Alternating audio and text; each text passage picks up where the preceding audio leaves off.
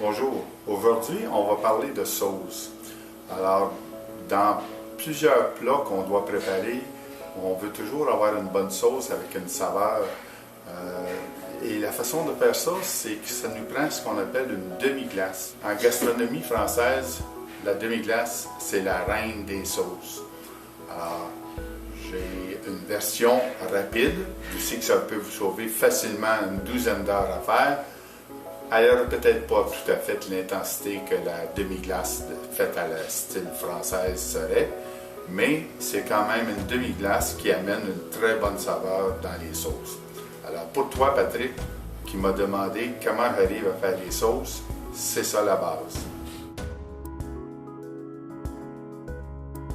Pour notre mise en place, on va avoir besoin de la pâte de tomate, de l'ail, du persil, du thym, feuilles de laurier, beurre, farine, céleri, carottes, oignons et bouillon de poulet. Je prends du bouillon de poulet. J'en ai deux sortes ici. Un bouillon de poulet qui a été fait, aucun os dedans. Alors ce bouillon de poulet-là, c'est juste de la viande de poulet que j'ai cuit, qui est quand même un très bon bouillon, mais qui n'a aucune gélatine dedans. Pour faire la demi-glace, on a besoin de la gélatine. Alors ça, c'est le bouillon. Quand j'ai fait rôtir un poulet au four, c'est ce qui est tombé dans la casserole dans le fond, alors que j'ai récupéré. Ça, c'est plein de gélatine parce que les os ont tous rendu la gélatine pendant la cuisson. Alors, la demi-glace, c'est une sauce qui, normalement, est réduite à longue période de temps. Et c'est parti d'os qu'on a simplement lavé, fait rôtir au four avec des légumes. Et puis, on fait tremper ça et on fait cuire ça à petit feu pendant 10-12 heures. Alors ici, dans cette version-là, je la fais plus simplifiée. Je pars de bouillon déjà existant. Et puis, je réduis quand même en faisant une réduction de mes légumes ici. Alors, je fais une trinité de légumes. Trinité, c'est carottes, céleri et oignons à part entière, à part égale. Et puis à ce moment-là, on les fait partir dans le beurre, on les fait cuire jusqu'à temps qu'ils soient bien dorés. Une fois qu'ils sont bien dorés, qu'ils ont relâché toute leur saveur, là, on fait à ce moment-là un roux, on ajoute de la farine dedans pour épaissir cette base-là. À ce moment-là, on ajoutera le bouillon ainsi que les épices. Une fois que ça a cuit pendant environ 1 heure ou à peu près, là, que les saveurs sont bien relâchées, on passe au travers d'un tamis et on continue la cuisson jusqu'à ce qu'on puisse atteindre environ 2 tasses de liquide. À ce moment-là, notre demi-glace devrait être à peu près formée. On va débuter. La température est assez élevée, on fait fondre notre beurre. Alors, notre beurre est pas mal fondu. On incorpore nos légumes. Alors,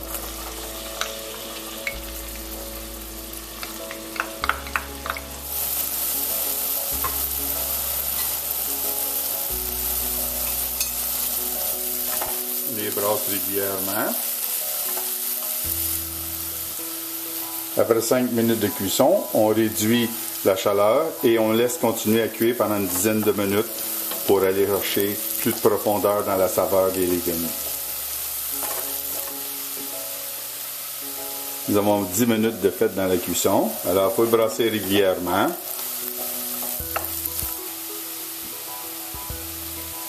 On est rendu à peu près à 18 minutes de cuisson.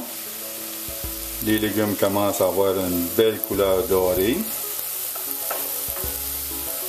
On peut les laisser aller encore un petit peu. Voilà, on a notre 20 minutes de temps. Alors, on retire du feu. On parsème avec la farine. On brasse.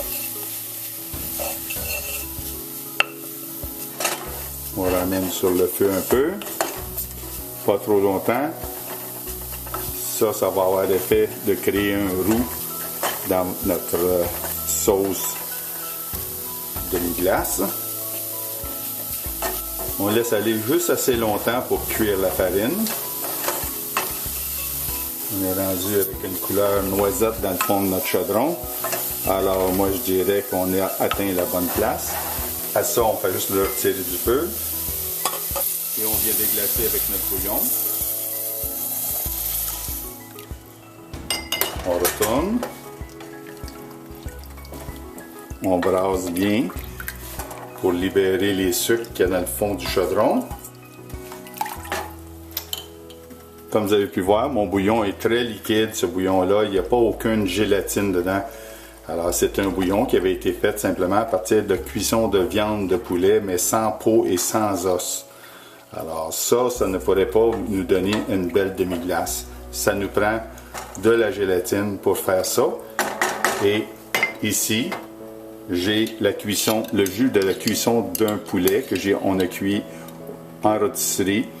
Et puis ce poulet-là nous a donné un très beau bouillon gélatineux parce qu'il a relâché toute la gélatine des os du poulet.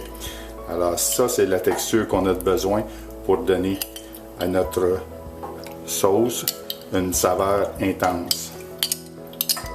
On ajoute ça à notre recette. Alors, à chaque fois que vous faites rôtir un poulet, n'oubliez pas le petit jus qui reste dans le fond en dessous une fois la cuisson faite. C'est la meilleure chose que vous pouvez prendre pour faire des bases pour vos sauces. Alors moi je le prends et je le mets au réfrigérateur. Et si je ne m'en sers pas immédiatement, je le congèle pour le réutiliser plus tard.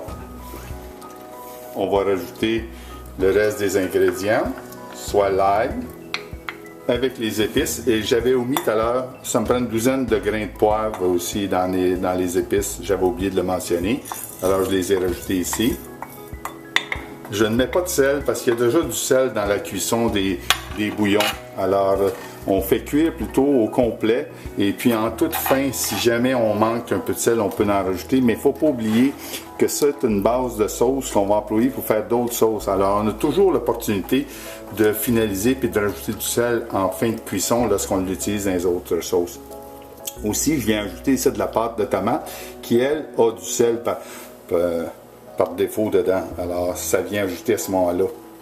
Alors, 1 à 2 cuillères à table de pâte de tomate. Bon. Rendu à ce niveau-là ici, je laisse toujours à médium sur le feu. Alors, éventuellement, ça va reprendre à bouillonner. Et lorsque ça commence à bouillonner, on baisse le feu et on laisse aller pour 45 à 60 minutes. Ceci devrait permettre à la sauce de réduire à peu près de 50%. Alors, ça doit bouillonner à peu près comme ça. Alors, il faut garder un régime juste à peine de petit bouillonnement. Alors, on baisse ici à 3. Puis, ça devrait pouvoir maintenir le petit bouillonnement de façon à ce que la sauce réduise et intensifie ses saveurs. Après 30 minutes de cuisson, l'intensité même à 3 semble être pas mal fort. Alors, je vais réduire à 2. Puis la laisser encore continuer pendant une quinzaine, 15-20 minutes de plus avant qu'on la filtre. Alors ici, on a 45 minutes de cuisson faite. Alors ici, on va juste bien brasser une fois. Et on gratte bien partout dans le chaudron pour ramasser toutes les saveurs du chaudron. Ici, on passe à travers un tamis pour filtrer notre sauce.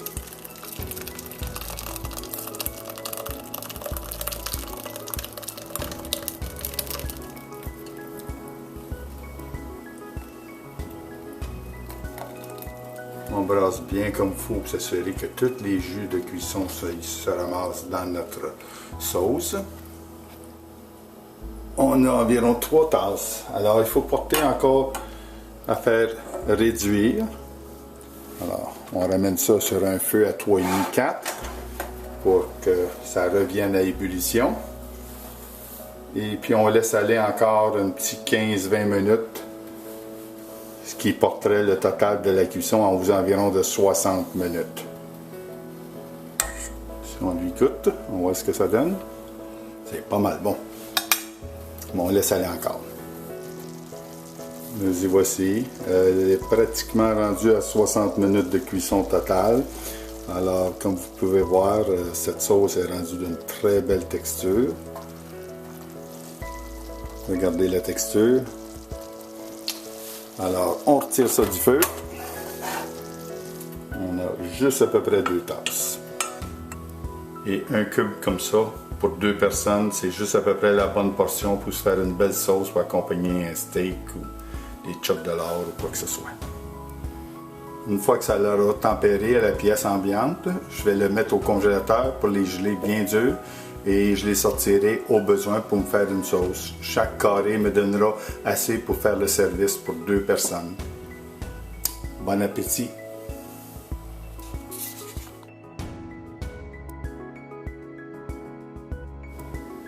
Si tu as aimé, n'oublie pas, abonne-toi!